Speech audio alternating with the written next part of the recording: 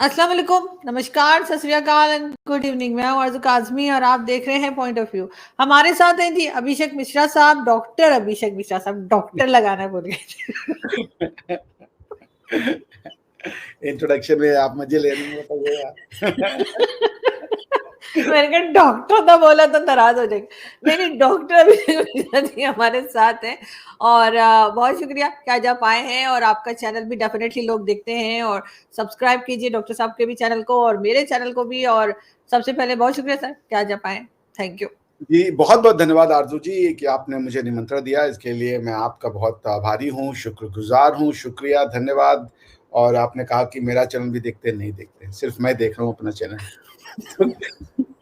नहीं, ऐसी कोई बात नहीं है, आपके चैनल को लोग भी देखते हैं। अब मुझे ये बताइए कि हिंदुस्तान पाकिस्तान के बीच में ये ट्रेड की न्यूज क्या आ रही है। एक तरफ तो कहा जाता है कि जी कोई बात नहीं करनी है, trade and terror can not go together, और दूसरी तरफ हम ये खबर भी देख रहे हैं कि ट्रेड भी हो रही है। वैसे खैर होनी चाहिए, मेरे हिसाब से तो ट्रेड जो है हिंदुस्तान पाकिस्तान के बीच में होनी चाहिए।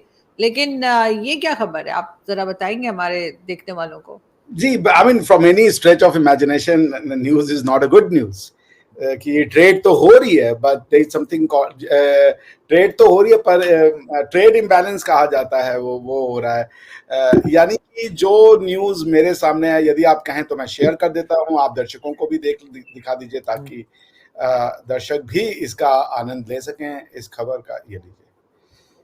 तो जी, ये न्यूज आप देख सकती हैं, 28 अक्टूबर 2024 की है, ठीक है ना।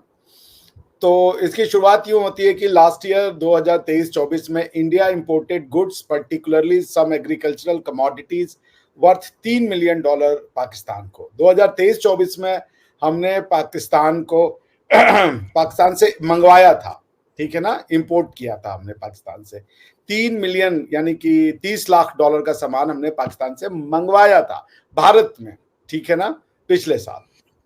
जी। And now is the twist. India's imports from Pakistan fell to zero in the first 5 months of the current financial year. Even it exported merchandise worth 235 million, particularly sugar and pharmaceuticals, to the neighboring countries during the period government data showed on Sunday. यानी कि पिछले 5 महीने से भारत ने पाकिस्तान को 235 million dollar का सामान बेचा है, पर पाकिस्तान से शून्य मूल्य का सामान कोई लिया है। जबकि पिछले साल, आप पिछला जो फाइनेंशियल ईयर था उसमें पाकिस्तान से हमने $3 मिलियन का जो है वो सामान मंगवाया था, $3 मिलियन का। अब वो जीरो हो चुका है।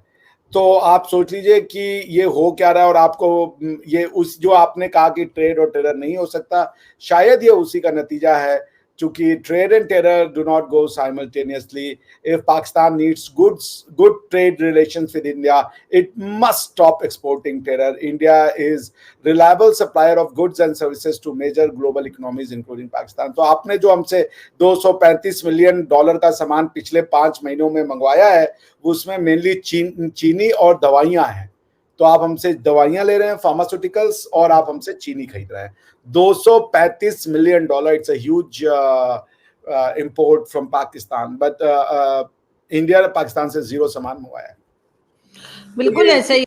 सर कहीं ना कहीं जो है वो थोड़ा बहुत अगर सिलसिला चल रहा है मेडिसिन का, तो स्पेशली कभी नहीं रोकी गई भारत की तरफ से। जितना मर्जी पाकिस्तान के साथ टेंशन्स रही हो या नाराजगी रही हो या कोई कंप्लेन्स रही हो, लेकिन कभी मेडिसिन नहीं रोकी गई, जो कि एक अच्छी बात है। यहाँ से आप जानते हैं कि कितने ही ऐसे पेशेंट्स भी हैं जो भारत जाते हैं, चाहे खास तौर पे बच्चे, वो भारत विजिट करते हैं जब उन्हें ट्रीटमेंट वगैरह की जरूरत होती है। लेकिन जाहिर पाकिस्तान अभी काम कर रहा है उसको, कह लीजिए कि टेररिज्म को लेकर। उसमें तो खैर बहुत टाइम लगेगा और न जाने कितना टाइम लगेगा। एक लंबी लिस्ट है, या कह लीजिए बहुत लंबा इंतजार लगता है कि होगा। लेकिन बहरहाल जब तक ट्रेड जो है वो होनी चाहिए सर, इसलिए कि आम आदमी सफर कर रहा है पाकिस्तान का। जो तो बड़े लोग हैं जो पार्लियामेंट में बैठे, उन्हें कुछ नहीं हो रहा, लेकिन पब्लिक परेशान है ना। जी, ये इतना भी आसान नहीं, सिर्फ पार्लियामेंटेरियंस का नहीं है, इस आप क्या उल्टा है, बल्कि हमें लगता है आपकी पार्लियामेंट कुछ करना भी चाहती है, वो लोगों से डरती है, लोगों के रिस्पॉन्स से डरती है। अब नॉर्मली दुनिया में ये उल्टा होता है कि लोग कुछ चाहते हैं, मगर चूंकि पॉलिटिशियन है, गवर्नमेंट है, पावरफुल है, तो वो कुछ नहीं कर रहे होते हैं, उनके उनके बिहाफ पे इनएक्टिविटी होती है या थोड़ा एक तरीके का उदासीनता होती है ना, they are indifferent to the needs of the people of their country. But आपके यहाँ उल्टा है, I think government wants to do something. जैसे कल ही देखिए, वो आपकी जो चीफ मिनिस्टर साहिबा है मरियम नवाज, उन्होंने स्टेटमेंट भी दिया कि हम पंजाब के चीफ मिनिस्टर साहब से ताल्लुकात करेंगे और ये करेंगे और वो करेंगे। बट पॉइंट ये कि आप अगर करना चाहें तो आपको पब्लिक का जो रिस्पॉन्स आएगा, आप उसके लिए तैयार नहीं है, क्योंकि पब्लिक जो है, देखिए किसी भी दुनिया की जो सोसाइटी है और गवर्नमेंट के बीच का जो कॉन्ट्रैक्ट है, जो रिलेशनशिप है, उसमें कुछ काम होते हैं जो गवर्नमेंट को ही करने होते हैं। उसमें सबसे पहला काम होता है लोगों की जहनियत बनाना, जिसको आप एजुकेशन कहती हैं। आपने अनफॉर्चुनेटली एजुकेशन जो है वो डोनेट कर दिया है प्राइवेट हैंड्स में। आपके यहाँ लोग स्कूल कॉलेज चला रहे हैं, कभी उसको मदरसे कह रहे हैं, कभी उसको यूनिवर्सिटीज कह रहे हैं या जो कह रहे हैं, उन्होंने लोगों का जहन साजी किया है। आपके हाथ में सिलेबस नहीं हो, जब तक आपके हाथ में सिलेबस था, उस सिलेबस में आपने जो जो जहर डालना चाहिए था उससे ज्यादा ही जहर डाल दिया आपने। इमेजिनेशन, ये जब तक आप भारत में थे तो ठीक है, चलो कंपैरेटिवली आप भारत के लोगों को या अपने आप को हिंदुओं से अलग दिखाने के लिए इस तरीके की इमेजिनरी स्टोरियां क्रिएट किया करते थे। मगर जब उस इमेजिनरी स्टोरीज को आपने रियलिटी में लगाया अपने देश में, तो अब आपको समझ ही नहीं आ रहा कि ये होगा क्या। तो पाकिस्तान, भारत ने कब कहा कि हम आपके ट्रेड नहीं देंगे, या किसी भी देश का? भारत, तुर्की ने भारत को इतना कश्मीर के मुद्दे पे घेरा, लेकिन जब उनकी जरूरत हुई तो Arzoo ji, we were the first responder, हम उनके वहां गए और हमने उनकी आवश्यकता में उनका साथ दिया। भारत मानवता की बात करता है, क्योंकि भारत का कोई इरादा नहीं है कि हम लोगों के कल्चर को चेंज कर दें, उनकी लाइफस्टाइल को चेंज कर दें, उनके भगवान को चेंज कर दें, उनके सोचने समझने के तरीके को चेंज कर दें। हम तो ये कह रहे आप जैसे हैं वैसे रहिए, प्रसन्न रहिए, लेकिन हमें तो जीने दीजिए। अब आपके यहां से कि नहीं जी हम तो जी रहे कि नहीं जी रहे, तो छोड़ो, थोड़ा जीना मुश्किल कर देंगे हम, ये हमारी अप्रोच है। तो ये परेशानी का घर है। वरना इंडिया हैज नेवर सेड कि हम किसी की मदद नहीं करेंगे। India when it comes to help, Arzoo ji, प्रधानमंत्री मोदी के पैर आपने देखा होगा, अफ्रीका के एक राष्ट्रपति थे, वो झुक करके छू रहे थे। क्यों छू रहे थे? क्या मोदी जी ने उनको तलवार रख दी थी उनके गर्दन पे कि झुको, हम आए हैं इंडिया से तुम्हें झुकाने? नहीं, वो इसलिए झुक रहे थे कि जब उस देश को बड़ी बड़ी वेस्ट की कंट्रियां नहीं दे रही थी एक भी क्या कहते हैं वैक्सीन, तब इंडिया ने अपना पेट काट करके और उनको भेजा था। क्योंकि इंडिया भगवान की दया से इन उस पे क्या नाम है वैक्सीन बनाने में समर्थ था, और अपनी वैक्सीन इंडिया ने खुद बनाई। तो हमने अपनी तो जान बचाई, लेकिन अपनी बचाने के साथ साथ हम दूसरों की भी बचा रहे थे, जबकि हम चाहते तो होल्ड कर लेते। यही गोरी कंपनियों ने क्या किया था, इन्होंने पहले अपने लोगों के लिए प्रिजर्व किया, अपने लोगों से होने के बाद जो बचा ये दुनिया को दिया, लेकिन भारत ने ये नहीं किया। तो आरजू जी, ये पता नहीं क्यों आपके यहाँ पे लोगों ने सिखा दिया है कि ये हिंदू कमीने होते हैं, हिंदू बड़े मक्कार होते हैं, ब्राह्मण बनिया होता है, और पता नहीं क्या क्या सिखाया हुआ है कि हम इनसे दोस्त नहीं हो सकते। आई हैव नो आइडिया, जबकि दुनिया इसकी उलट बात करती है।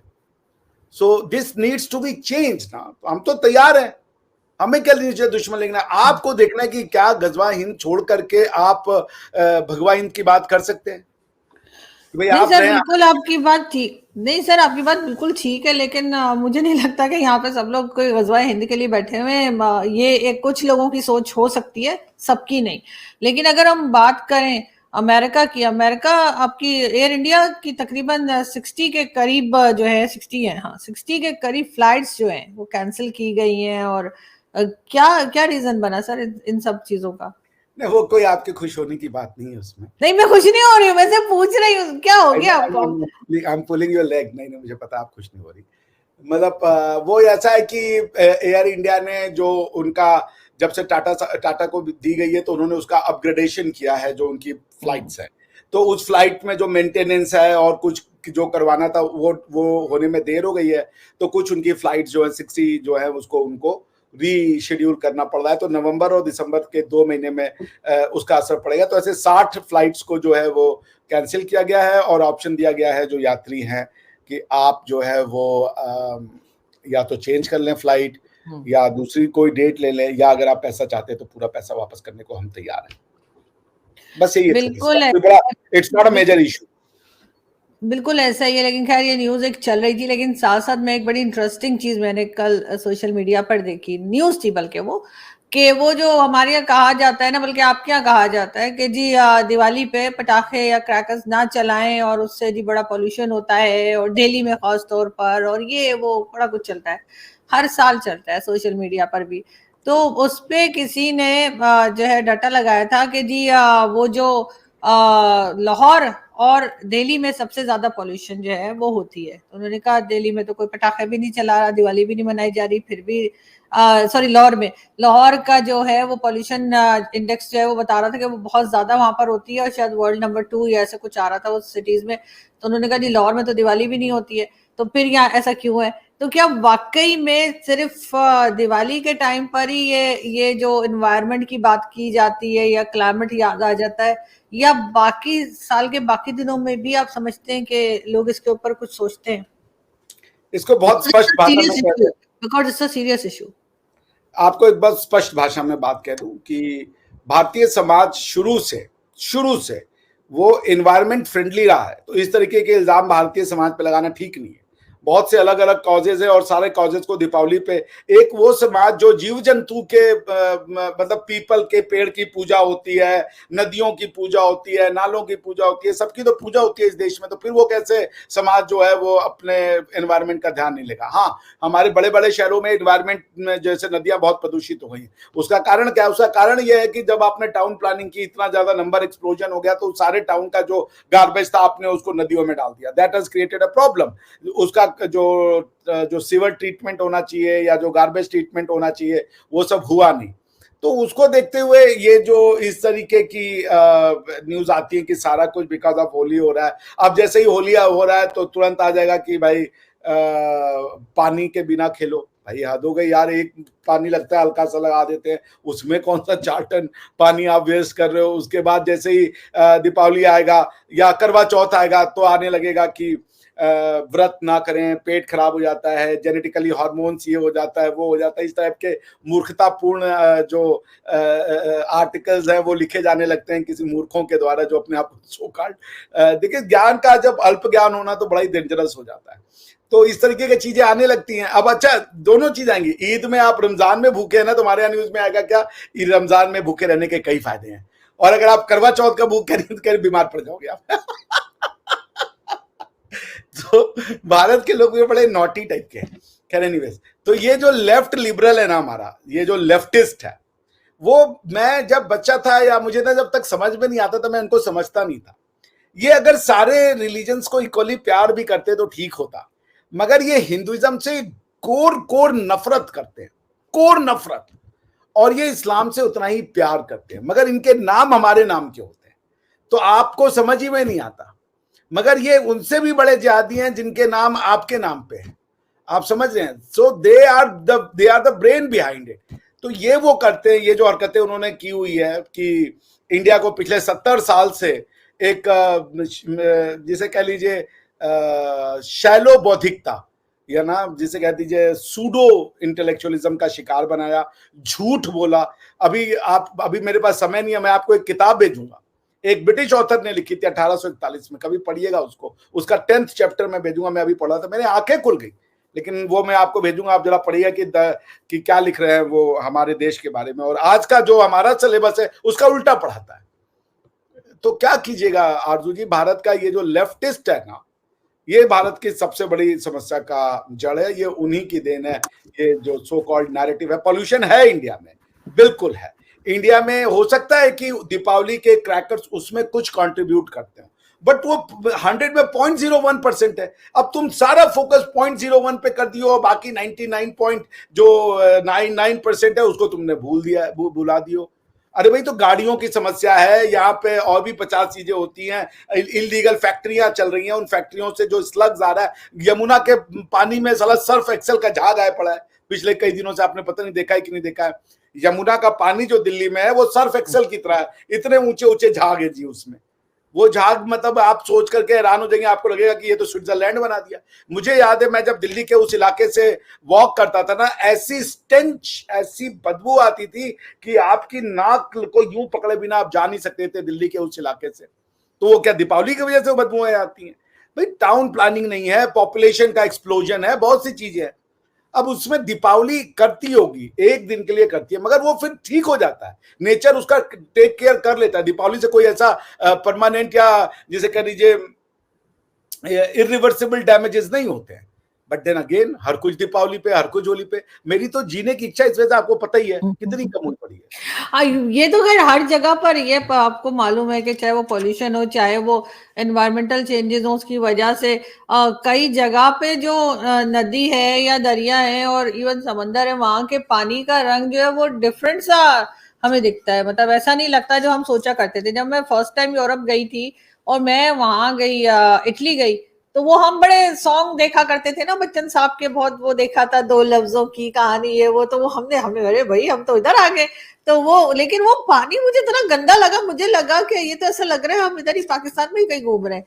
तो वो हालांकि हम सोच रहे थे कि भाई इटली गए तो डेफिनेटली वहां पर तो ऐसा नहीं होना चाहिए, लेकिन हर जगह पे है ये प्रॉब्लम तो सभी जगह बढ़ गई है। लेकिन सर इस पे बात बहुत कम होती है, अगर होती भी है तो कोई इस किस्म की होती है जैसे आपके यहाँ दिवाली में हो जाती है, शोर मचा देते हैं, या फिर आपके यहाँ होली में शोर मच जाता है।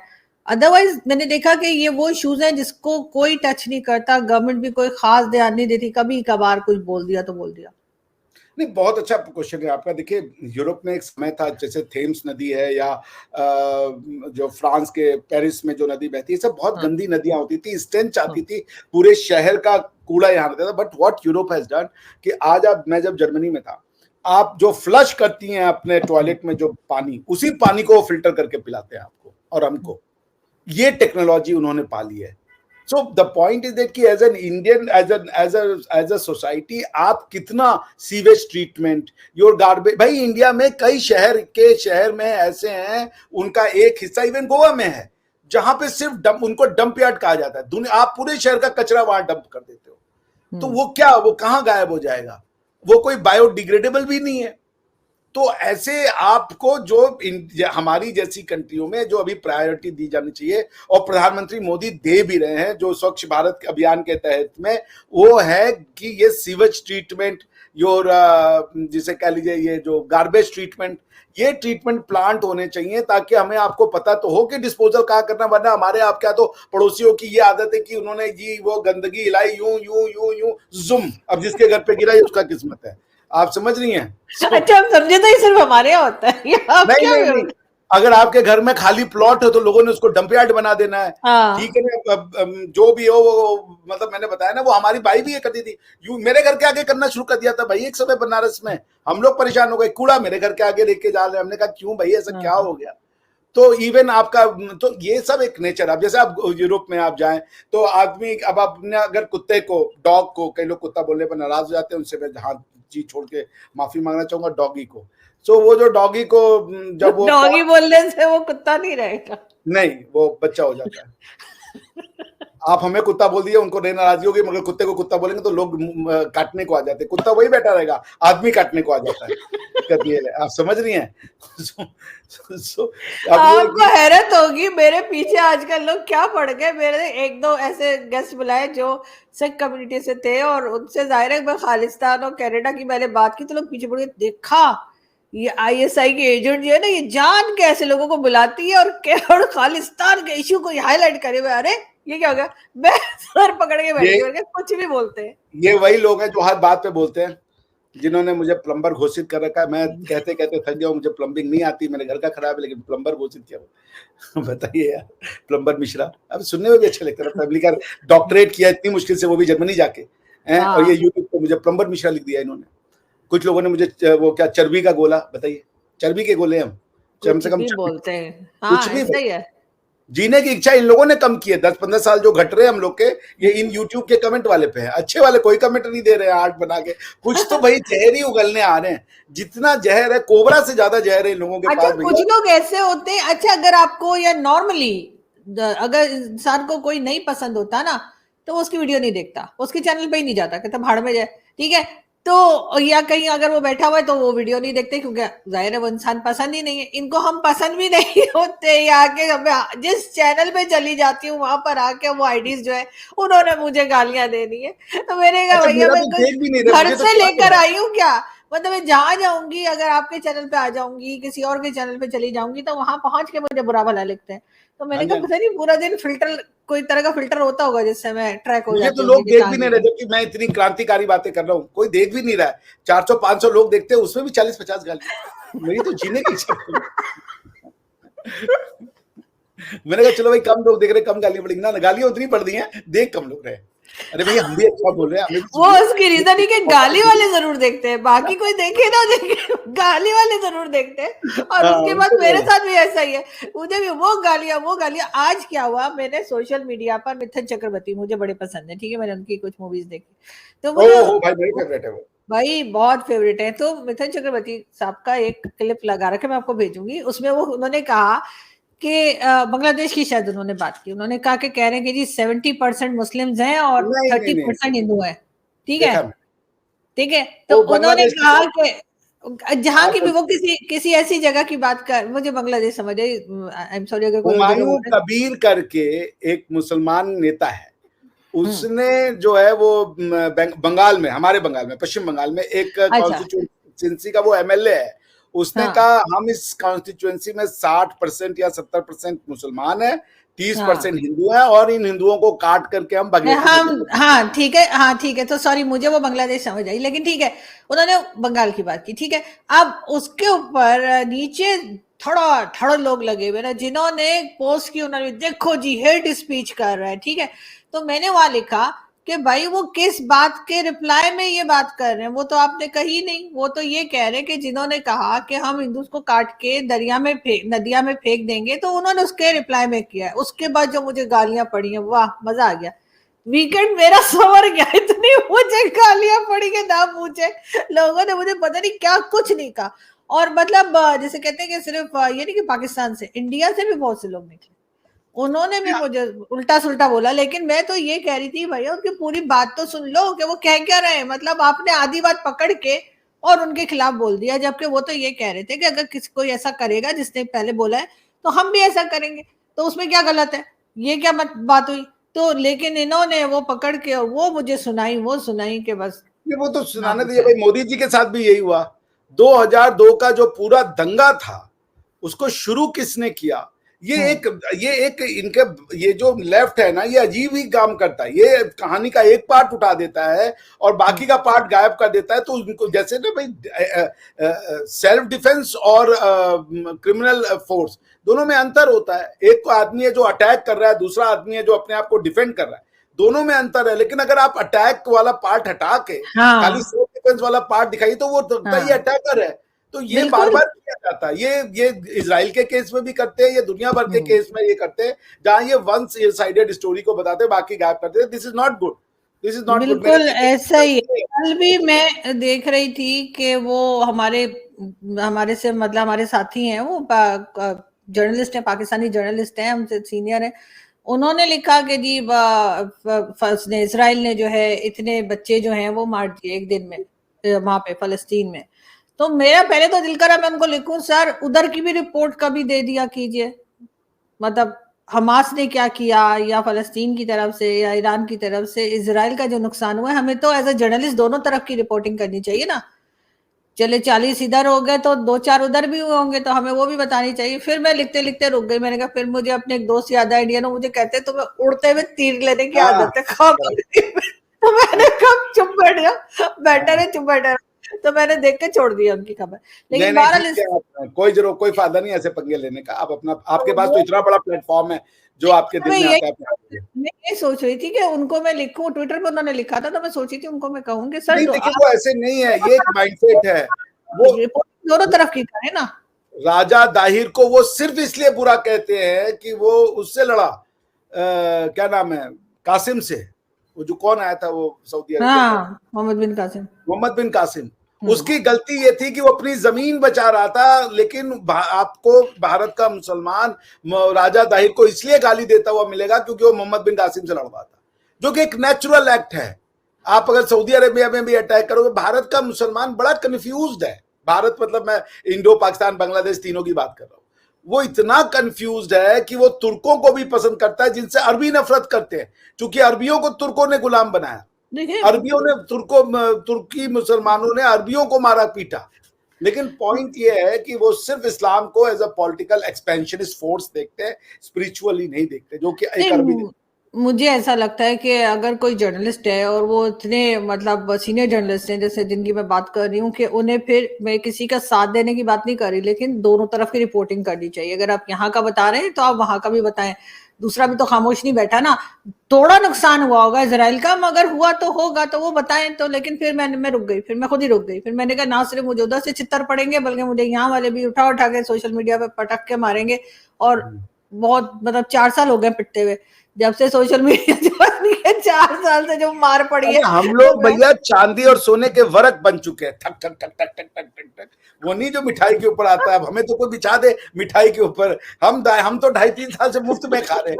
कम से कम मेरा चैनल ही चल जाता तो गालियां देते तो हम भी कहते हाँ भैया हमें तो चल जाएगा सर, आपका चैनल चल जाएगा। थोड़ा आराम मेरे आराम ऊपर से, चले एकदम जाने से कोई जंप फर्क नहीं जंप पड़ेगा। जंप नहीं लगानी होती। आप जिस तरह से काम कर रहे हैं, डेफिनेटली चल जाएगा, बेफिक्र रहिए। नहीं, मैं एक मजाक मतलब मैं एक मजाक में भी कहता, लेकिन हम लोग चांदी सोने के वर्क आपने देखे हमारे यहाँ ना, बनारस में मैदागिन का इलाका है, वो ना रात दिन ठक ठक ठक ठक ठक ठक आवाज आती है वहां पे, क्योंकि वो ना पीटते रहते और उसके बाद वो जो पतला पतला बन जाता है उसको चांदी पे मिठाइयों पे ऐसे ऐसे। आप क्या भी होगा वो, मुझे हाँ पूरा हाँ, एक्सपीरियंस। हमारे यहाँ कल मैंने खाया, दिवाली पे जो लड्डू आया था उस पे लगा हुआ था, लड्डू पे। बताइए, तो आप सोना चांदी खा रही है टेक्निकली।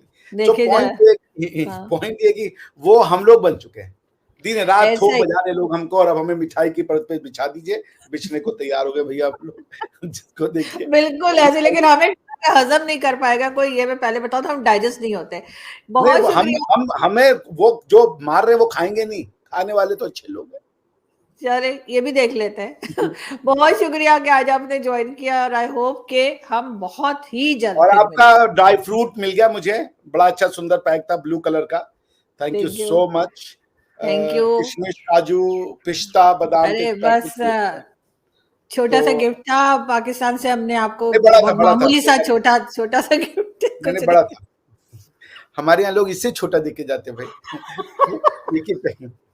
हमने खुद भी उससे छोटा दिया लोगों को। तो बहरहाल, एक हमारे यहाँ सोन लेकिन पापड़ी आती है, आपको पता है लोग बचा के रखते हैं पिछले साल का। वो होती है, वो बचा के घुमाते रहते हैं, तो जब आप दे रहे होते हो सोन पापड़ी ना किसी को, आपको पता है कि ये कहीं ना कहीं से घूम के मेरे पास ही आनी है। तो वो उस हिसाब से थोड़ा सा बड़ा था, पर jokes apart, thank you so much, I really नहीं, appreciate. Thank you so much sir. बहुत शुक्रिया कि आज आप आए, और आई होप कि जल्दी हम फिर मिलेंगे। Thank you. Thank you.